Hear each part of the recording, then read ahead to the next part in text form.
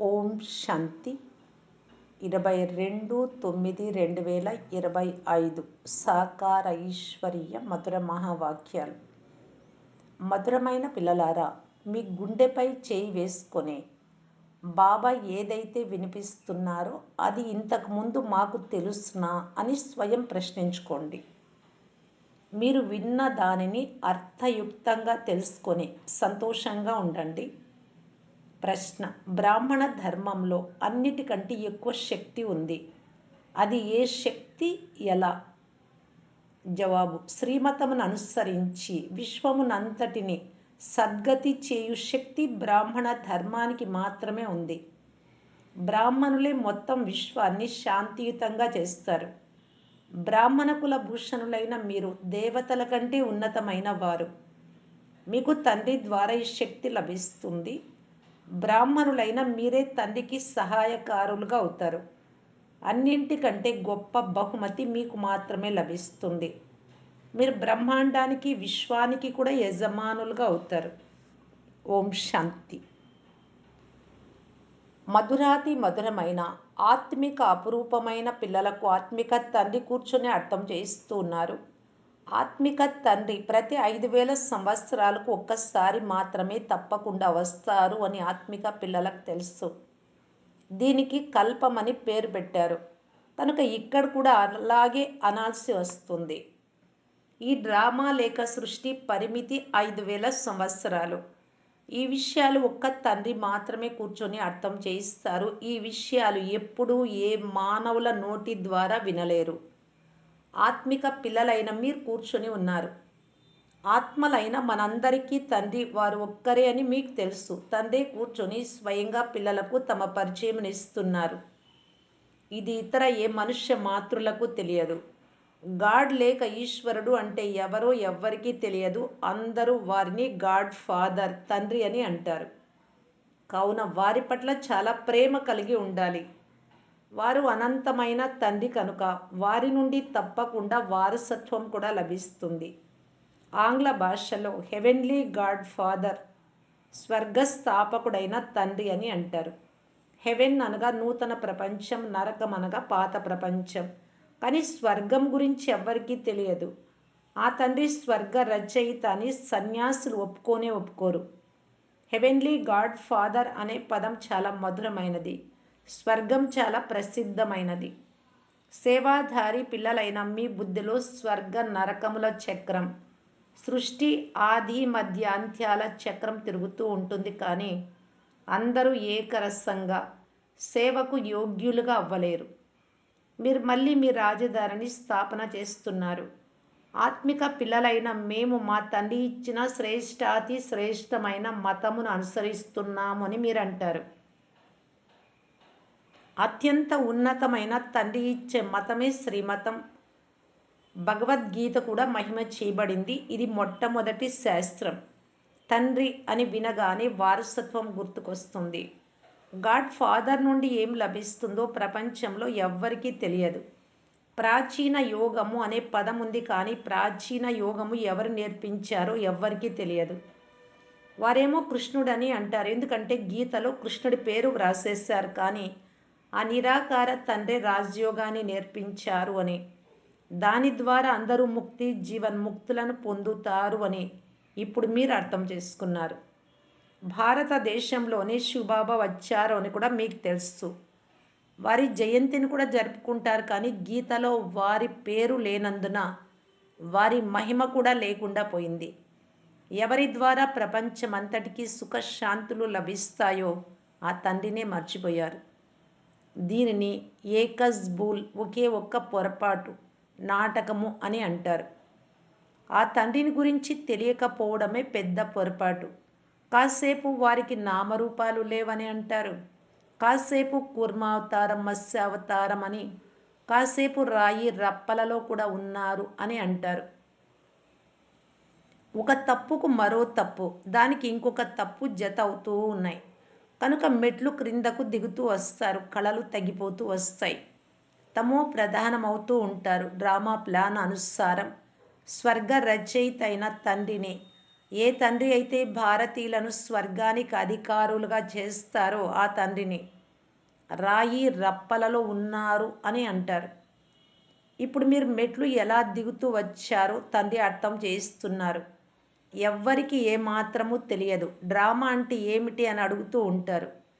ఈ ప్రపంచం ఎప్పుడు తయారైంది, నూతన సృష్టి ఎప్పుడు జరిగింది అని అడిగితే లక్షల సంవత్సరాల క్రితం అని అంటారు.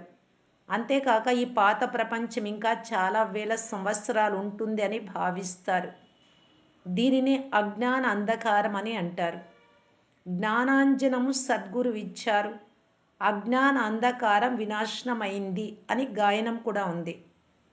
రచయిత అయిన తండ్రి తప్పకుండా స్వర్గమే రచిస్తారు అని మీకు తెలుసు. తండ్రి స్వయంగా వచ్చి నరకాన్ని స్వర్గంగా చేస్తారు. రచయిత అయిన ఆ తండ్రి వచ్చి సృష్టి ఆది మధ్యాంత్యాల జ్ఞానాన్ని వినిపిస్తారు. తండ్రి చివరి సమయంలోనే వస్తారు. సమయం పడుతుంది కదా. స్మృతి యాత్రకు పట్టినంత సమయం జ్ఞానం తెలుసుకునేందుకు పట్టదు అని పిల్లలైన మీకు అర్థం చేయించారు. నేటికి 5,000 సంవత్సరాల క్రితం ఎవరి రాజ్యం ఉండేదో, ఆ రాజ్యం ఇప్పుడు ఏమైందో, ఎక్కడికి వెళ్ళిందో అను విషయాలు తెలిపే ఈ 84 జన్మల కథ ఒక కథ వలె ఉంటుంది. పిల్లలైన మీకు ఇప్పుడు జ్ఞానం అంతా తెలుసు. మీరు చాలా సాధారణంగా కనిపిస్తారు, కానీ అజామిలుని వంటి పాపులను, అహల్యలను, కుబ్జలను, భీల కన్యలను ఎంతో ఉన్నతంగా చేస్తున్నారు. ఎలా ఉండే మీరు ఎలా తయారయ్యారో తండ్రి అర్థం చేయిస్తున్నారు. అంతేకాక పాత ప్రపంచ పరిస్థితి ఎలా అయిందో గమనించమని ఇప్పుడు మన తండ్రి వచ్చి అర్థం చేయిస్తున్నారు. మనుషులకు ఈ సృష్టి చక్రం ఎలా తిరుగుతూ ఉందో ఏమాత్రమూ తెలియదు. తండ్రి అంటున్నారు, మీరు మీ హృదయంపై చేయి వేసుకొని మిమ్ములను మీరు ఇంతకుముందు మాకు ఈ విషయాలు కొంచెమైనా తెలుసునా అని ప్రశ్నించుకోండి. ఏమాత్రమూ తెలియదు. బాబా మళ్ళీ వచ్చి మనకు విశ్వ సామ్రాజ్యాన్ని ఇస్తున్నారు అని ఇప్పుడు మీకు తెలుసు. విశ్వ సామ్రాజ్యం అంటే ఏమిటో ఎవ్వరికీ తెలియదు. విశ్వం అంటే మొత్తం ప్రపంచం. తండ్రి అటువంటి గొప్ప రాజ్యముని ఇస్తారు అని మీకు తెలుసు. ఈ రాజ్యాన్ని అర్ధకల్పం వరకు ఎవ్వరూ మన నుండి తీసుకోలేరు. అందువలన పిల్లలకి ఎంత సంతోషం ఉండాలి. తండ్రి నుండి ఎన్నిసార్లు రాజ్యం తీసుకున్నారు. సత్యమైన తండ్రే కాక సత్యమైన శిక్షకులు, వారు సత్యమైన సద్గురువు కూడా అయ్యారు. ఈ విషయాలు ఎప్పుడూ వినను కూడా వినలేదు. ఇప్పుడు అర్థసహితంగా మీరు తెలుసుకున్నారు. మీరు నా పిల్లలు. తండ్రినైనా నన్ను స్మృతి చేయవచ్చు కదా. ఈ రోజులలో చిన్న వయసులోనే గురువులను ఆశ్రయిస్తారు. గురువుల చిత్రాన్ని లాకెట్లో ఉంచుకొని మెడలో వేసుకుంటారు, లేక ఇంట్లో ఉంచుకుంటారు. ఇక్కడ విచిత్రం ఏమిటి అంటే తండ్రి, శిక్షకుడు, సద్గురు అన్నీ తండ్రి ఒక్కరే. తండ్రి అంటున్నారు, నేను నా వెంట తీసుకెళ్తాను. మీరేం చదువుకుంటున్నారు అని ఎవరైనా అడిగితే, ఇంకా ఓం శాంతికి ఎందుకు వెళ్తున్నారు అని ఎవరైనా అడిగితే, ప్రపంచంలో రాజ్యాన్ని ప్రాప్తి చేసుకునేందుకు మేము రాజయోగమును నేర్చుకుంటున్నాము అని చెప్పండి. ఇదే రాజయోగం. బ్యారిస్టర్ యోగం అయితే బుద్ధి బ్యారిస్టర్ వైపుకు వెళ్తుంది. టీచర్ను తప్పకుండా స్మృతి చేస్తారు కదా. మేము స్వర్గ రాజ్యమును పొందేందుకు చదువుకుంటున్నాము అని అంటారు. చదివించే వారెవరు? భగవంతుడైన శివబాబా. వారి పేరు సదా ఒకే ఒక్కటి. మొదటి నుండి అదే పేరు నడుస్తూ వచ్చింది. రథం పేరు లేనే లేదు. నా పేరు శివుడు, తండ్రిని శివుడు అని. రథమును బ్రహ్మ అని అంటారు. ఇది చాలా అద్భుతమని ఇప్పుడు మీకు తెలుసు. శరీరమేమో ఒక్కటే. వీరిని భాగ్యశాలి రథం అని ఎందుకు అంటారు? ఎందుకంటే వీరిలో శివబాబా ప్రవేశిస్తారు అనగా తప్పకుండా 2 ఆత్మలు ఉన్నాయి. ఇది కూడా మీకు తెలుసు. ఈ విషయాలు ఎవరి ఆలోచనలలో కూడా ఉండవని మీకు తెలుసు. భగీరథుడు గంగను తెచ్చాడు అని అంటారు, అనగా నీటిని తీసుకొచ్చాడా? ఇప్పుడేం తెచ్చారో, ఎవరు తీసుకొచ్చారో మీరు ప్రాక్టికల్గా చూస్తున్నారు. తెచ్చింది ఎవరు? ఎవరు ప్రవేశించారు? తండ్రి ప్రవేశించారు కదా. మనుషులలో నీరు ప్రవేశించదు. జటాజూటం నుండి నీరు రాదు. ఈ విషయాలను గురించి మనుషులు ఎప్పుడూ ఆలోచించరు. ధర్మమే శక్తి అని అంటారు. ధర్మంలో శక్తి ఉంది. అన్నింటికంటే ఎక్కువ శక్తి ఏ ధర్మంలో ఉందో చెప్పండి? బ్రాహ్మణ ధర్మంలో అన్నారు.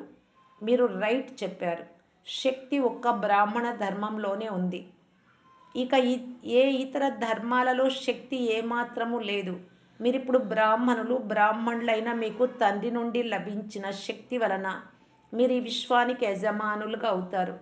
మీలో ఎంతో గొప్ప శక్తి ఉంది. మేము బ్రాహ్మణ ధర్మానికి చెందిన వారమని అంటారు. ఈ విషయాలు చెప్తే ఎవ్వరికీ అర్థం కావు. విరాట రూపము తయారు చేశారే కానీ అది కూడా సగమే తయారు చేశారు. ముఖ్యమైన రచయిత తండ్రిని కానీ వారు రచించిన మొదటి రచన బ్రాహ్మణులను గురించిన కానీ అంటే మిమ్మల్ని గురించి కూడా ఎవ్వరికీ తెలియదు. తండ్రి రచయిత, ఆ తర్వాత శ్రేష్టమైన బ్రాహ్మణులు, వీరిలోనే శక్తి ఉంది. తండ్రిని స్మృతి చేసినంతనే శక్తి లభిస్తుంది. పిల్లలు నెంబర్ వారుగానే తయారవుతారు కదా. మీరు ఈ ప్రపంచంలో సర్వోత్తమ బ్రాహ్మణ కులభూషణులు, దేవతల కంటే ఉన్నతమైన వారు. మీకు ఇప్పుడు శక్తి లభిస్తుంది. అన్నింటికంటే ఎక్కువ శక్తి బ్రాహ్మణ ధర్మంలో ఉంది. బ్రాహ్మణులు ఏం చేస్తారు? విశ్వం అంతటిని శాంతిగా చేసేస్తారు. మీ ధర్మం ఎలాంటిది అంటే శ్రీమతం ద్వారా సర్వులకు సద్గతినిస్తుంది. అందుకే తండ్రి అంటున్నారు, మిమ్మల్ని నాకంటే ఉన్నతంగా చేస్తాను. మీరు బ్రహ్మాండానికి విశ్వానికి కూడా యజమానులుగా అవుతారు. విశ్వం అంతటిపై మీరు రాజ్యం చేస్తారు. ఇప్పుడు ఒకవైపు మా భారతదేశము అని మహిమ చేస్తారు, కానీ మళ్ళీ దేశానికి ఏ గతి పట్టిందో చూడండి అని కూడా అంటారు. భారతదేశం ఇంత ఉన్నతంగా ఎప్పుడు ఉండేదో వారికి తెలియదు. మనుషులు స్వర్గము నరకము రెండు ఇక్కడే ఉన్నాయి అని భావిస్తారు. ధనము, కార్లు మొదలైనవన్నీ ఉన్నవారు స్వర్గంలో ఉన్నాము అని అంటారు. స్వర్గం అంటే నూతన ప్రపంచం అని వారికి తెలియదు. ఇవన్నీ నేర్చుకోవాలి. సైన్స్ వారి నైపుణ్యం, పనితనం కూడా స్వర్గంలో పనికి వస్తుంది. ఈ సైన్స్ కూడా అక్కడ సుఖంనిస్తుంది. ఇక్కడైతే వాటన్నింటిలో అల్పకాలిక సుఖం మాత్రమే ఉంది. స్వర్గంలో పిల్లలైన మీకు ఈ సుఖం స్థిరంగా ఉంటుంది. ఇక్కడ అన్నీ నేర్చుకోవాలి. వీటిని సంస్కారంగా అక్కడికి తీసుకెళ్తారు. ఇవి నేర్చుకునేందుకు ఏ నూతన ఆత్మలు రావు. ఇక్కడ ఉండే పిల్లలే సైన్స్ నేర్చుకొని స్వర్గంలోకి వెళ్తారు. చాలా తెలివైన వారుగా అవుతారు. ఈ సంస్కారములన్నీ అచ్చటకు తీసుకెళ్తారు. మళ్ళీ అవి అక్కడ పనికి వస్తాయి. ఇప్పుడుండేది అల్పకాలిక సుఖం. బాంబులు మొదలైనవి అందరినీ నాశనం చేస్తాయి. మృత్యువు లేకుండా శాంతి రాజ్యం ఎలా వస్తుంది? ఇక్కడ ఉండేది అశాంతి రాజ్యం. మనం మొట్టమొదట మన ఇంటికి వెళ్ళి ఆ తర్వాత సుఖధామానికి వస్తాము అని మీలో కూడా అర్థం చేసుకునేవారు నంబర్ వారుగా ఉన్నారు. సుఖంలో తండ్రి రానే రారు. తండ్రి అంటున్నారు, నాకు కూడా వానప్రస్థ రథం కావాలి, వృద్ధుడి శరీరం. భక్తి మార్గంలో కూడా అందరి కోరికలు తీరుస్తూ వచ్చాను. భక్తులు తపస్సు, పూజలు మొదలైనవి ఎలా ఆచరిస్తారో, దేవీలను అలంకరించి పూజలు మొదలైనవి చేసి ఎలా సముద్రంలో ముంచేస్తారో సందేశీలకు కూడా చూపించాను. ఎంత ఖర్చు చేస్తారు? ఇవన్నీ ఎప్పటి నుండి మొదలైనవి అని అడిగితే పరంపర నుండి అలాగే కొనసాగుతూ వస్తూ ఉంది అని అంటారు. ఎంతగానో వెతుకుతూ ఉన్నారు. ఇదంతా డ్రామాయే. నేను మిమ్మల్ని చాలా మధురంగా చేసేందుకు వచ్చాను అని తండ్రి పదే పదే పిల్లలకు అర్థం చేయిస్తున్నారు. ఈ దేవతలు ఎంత మధురంగా ఉన్నారు, మనుషులు ఎంత చేదుగా కఠినంగా ఉన్నారు. తండ్రికి ఎవరైతే ఎక్కువగా సహాయం చేశారో వారినే భక్తులు పూజిస్తూ ఉంటారు. మీకు కూడా పూజ జరుగుతుంది. పదవి కూడా మీరు ఉన్నతమైనది పొందుకుంటారు. తండ్రి స్వయంగా చెప్తున్నారు, నేను మిమ్మలను నాకంటే ఉన్నతంగా చేస్తాను. అత్యంత ఉన్నతమైన భగవంతుని మతం శ్రీమతం. శ్రీకృష్ణుడి మతము అని అనరు. గీతలో కూడా శ్రీమతము ప్రసిద్ధి చెందింది. కృష్ణుడు ఈ సమయంలో తండ్రి నుండి వారసత్వం తీసుకుంటూ ఉన్నారు. కృష్ణుడి ఆత్మ ఉన్న రథములో తండ్రి ప్రవేశించారు. ఇది చాలా అద్భుతమైన విషయం. ఇది ఎవరి బుద్ధికి తోచదు. అర్థం చేసుకున్న వారికి కూడా ఇతరులకు అర్థం చేయించేందుకు చాలా శ్రమ కలుగుతుంది. తండ్రి ఎంత బాగా పిల్లలకు అర్థం చేయిస్తున్నారు. సర్వోత్తమ బ్రహ్మ ముఖ వంశావళి బ్రాహ్మణులు అని తండ్రి వ్రాస్తారు. మీరు శ్రేష్టమైన సేవ చేస్తే మీకు ఈ బహుమతి లభిస్తుంది. మీరు తండ్రికి సహాయకారులుగా అయితే నంబర్ 1 పురుషార్థానుసారం అందరికీ బహుమతి లభిస్తుంది. మీలో కూడా చాలా శక్తి ఉంది. మీరు మనుషులను స్వర్గానికి అధికారులుగా చేయగలరు. మీరు ఆత్మిక సైన్యం. మీరు ఈ బ్యాడ్జ్ పెట్టుకోకుంటే వీరు కూడా ఆత్మిక మిలిటరీ వారు అని మనుషులకు ఎలా అర్థమవుతుంది? మిలిటరీ వారు సదా బ్యాడ్జ్ ధరించి ఉంటారు. శివ్ బాబా నూతన ప్రపంచ రచయిత. అక్కడ ఈ దేవతల రాజ్యం ఉండేది, ఇప్పుడు లేదు. తండ్రి మళ్ళీ చెప్తున్నారు, మన్మనాభవ. దేహ సహితము సర్వ సంబంధాలను వదిలి నన్ను ఒక్కరినే స్మృతి చేస్తే శ్రీకృష్ణుడి వంశంలోకి వచ్చేస్తారు. బ్యాడ్జు ధరించుటలు సిగ్గుపడే విషయం ఏదీ లేదు. బాబా స్మృతి ఉంటుంది. ఇతను నారాయణుడిని పూజించేవాడు అని, నారాయణుని మూర్తి సదా వెంట ఉంచుకునేవాడు అని, నడుస్తూ తిరుగుతూ ఆ మూర్తిని చూస్తూ ఉండేవాడు అని బ్రహ్మబాబాను గురించి శివబాబా చెప్తున్నారు. బ్యాడ్జు సదా ధరించి ఉండాలి అని పిల్లలైన మీకు తెలుసు. మీరు నరుడి నుండి నారాయణుడిగా తయారు చేసేవారు. రాజయోగం కూడా నేర్పించేది మీరే. నరుడి నుండి నారాయణుడిగా తయారు చేసే సేవ చేస్తారు. అయితే మాలో ఏ అవగుణము లేదు కదా అని స్వయాన్ని పరిశీలించుకోవాలి. పిల్లలైన మీరు బాప్ దాదా వద్దకు వస్తున్నారు. బాప్ తండ్రి శివబాబా, దాదా అన్న శివబాబా రథం. తండ్రి ఈ రథము ద్వారానే కలుసుకుంటారు. తండ్రి వద్దకు తాజాగా అయ్యేందుకు వస్తారు. ఎదురుగా కూర్చున్నందున తండ్రి గుర్తుకొస్తారు. అందరినీ తీసుకెళ్లేందుకు తండ్రి వచ్చారు. తండ్రి మీ ఎదురుగానే కూర్చొని ఉన్నారు కావున స్మృతి చాలా ఎక్కువగా చేయాలి. మీ స్మృతి యాత్రను ప్రతిరోజు అచ్చట కూడా మీరుండే చోటు కూడా మీరు వృద్ధి చేసుకోవచ్చు. మంచిది. మధురాతి మధురమైన అపురూపమైన పిల్లలకు మాతాపిత బాప్ దాదాల ప్రియ స్మృతులు మరియు గుడ్ మార్నింగ్. ఆత్మిక పిల్లలకు ఆత్మిక తండ్రి నమస్తే. ధారణ కొరకు ముఖ్య సారం. ఫస్ట్ పాయింట్, మాలో ఏ అవగుణము లేదు కదా. దేవతలు ఎలా మధురంగా ఉన్నారో అంత మధురంగా అయ్యానా అని స్వయాన్ని పరిశీలించుకోవాలి. సెకండ్ పాయింట్, తండ్రి ఇచ్చిన అత్యంత శ్రేష్టమైన మతమును అనుసరిస్తూ మీ రాజధానిని స్థాపించుకోవాలి. సేవాదారులకు అయ్యేందుకు సృష్టి ఆది మధ్యాంత్యాల జ్ఞానము, స్వర్గము నరకముల జ్ఞానము బుద్ధిలో త్రిప్పుతూ ఉండాలి. వరదానము, ఈశ్వర్య సేవాధారి జట యొక్క స్మృతి ద్వారా సహజ స్మృతిని అనుభవం చేసే సహజ యోగి భవ. ఈశ్వర్య సేవాధారి అనగా భగవంతుడు లేక తండ్రి ఏ సేవనైతే ఇచ్చారో అదే సేవలో సదా తత్పరులై ఉండేవారు. మాకు స్వయం ఈశ్వరుడే సేవ ఇచ్చారు అనే నశ సదా ఉండాలి. పని చేస్తూ పని ఇచ్చిన వారిని ఎప్పుడూ మర్చిపోరు కనుక కర్మణ సేవలో కూడా తండ్రి ఆదేశానుసారం చేస్తున్నాను అనే స్మృతి ఉండాలి. అప్పుడు సహజ స్మృతిని అనుభవం చేస్తూ సహజ యోగిగా అయిపోతారు. స్లోగన్, సదా ఈశ్వరీయ విద్యార్థి జీవితం యొక్క స్మృతి ఉంటే మాయ మీ సమీపానికి కూడా రాలేదు. అవ్యక్త సూచన, ఇప్పుడు లగ్నం యొక్క అగ్నిని ప్రజ్వలితం చేసి యోగాన్ని జ్వాలారూపంగా చేసుకోవటానికి బాప్దాదా తెలియజేస్తున్నారు. ఎంతగా స్థాపనకు నిమిత్తమైన జ్వాలారూపంగా అవుతారో అంతగానే వినాశ జ్వాల ప్రజ్వలితం అవుతుంది, అంటే ప్రత్యక్షం అవుతుంది. సంఘటిత రూపంలో జ్వాలారూపం యొక్క స్మృతి అందరూ కలిసి విశ్వం యొక్క వినాశన కార్యాన్ని సంపన్నము చేయగలరు. అందుకు ప్రతి సేవా కేంద్రంలో విశేషంగా యోగం యొక్క ప్రోగ్రాం నడుస్తూ ఉండాలి. అప్పుడు వినాశ జ్వాలకు పంకా తగులుకుంటుంది, ఫ్యాన్. యోగ అగ్ని ద్వారా వినాశనం యొక్క అగ్ని అంటుకుంటుంది. జ్వాలతో జ్వాల ప్రజ్వలితం అవుతుంది. ఓం శాంతి.